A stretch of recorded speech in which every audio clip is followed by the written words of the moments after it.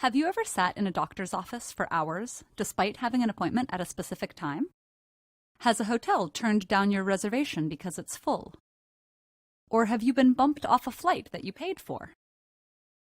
These are all symptoms of overbooking, a practice where businesses and institutions sell or book more than their full capacity. While often infuriating for the customer, overbooking happens because it increases profits while also letting businesses optimize their resources. They know that not everyone will show up to their appointments, reservations, and flights, so they make more available than they actually have to offer. Airlines are the classical example, partially because it happens so often.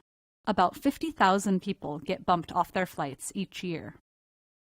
That figure comes at little surprise to the airlines themselves, which use statistics to determine exactly how many tickets to sell. It's a delicate operation. Sell too few, and they're wasting seats. Sell too many, and they pay penalties. Money, free flights, hotel stays, and annoyed customers. So here's a simplified version of how their calculations work. Airlines have collected years' worth of information about who does and doesn't show up for certain flights. They know, for example, that on a particular route, the probability that each individual customer will show up on time is 90%. For the sake of simplicity, we'll assume that every customer is traveling individually, rather than as families or groups. Then, if there are 180 seats on the plane, and they sell 180 tickets, the most likely result is that 162 passengers will board. But of course, you could also end up with more passengers, or fewer. The probability for each value is given by what's called a binomial distribution, which peaks at the most likely outcome. Now let's look at the revenue. The airline makes money from each ticket buyer and loses money for each person who gets bumped. Let's say a ticket costs $250 and isn't exchangeable for a later flight, and the cost of bumping a passenger is $800. These numbers are just for the sake of example. Actual amounts vary considerably. So here, if you don't sell any extra tickets, you make $45,000. If you sell 15 extras, and at least 15 people are no-shows, you make $48,750. That's the best case. In the worst case, everyone shows up. 15 unlucky passengers get bumped, and the revenue will only be $36,750, even less than if you only sold 180 tickets in the first place.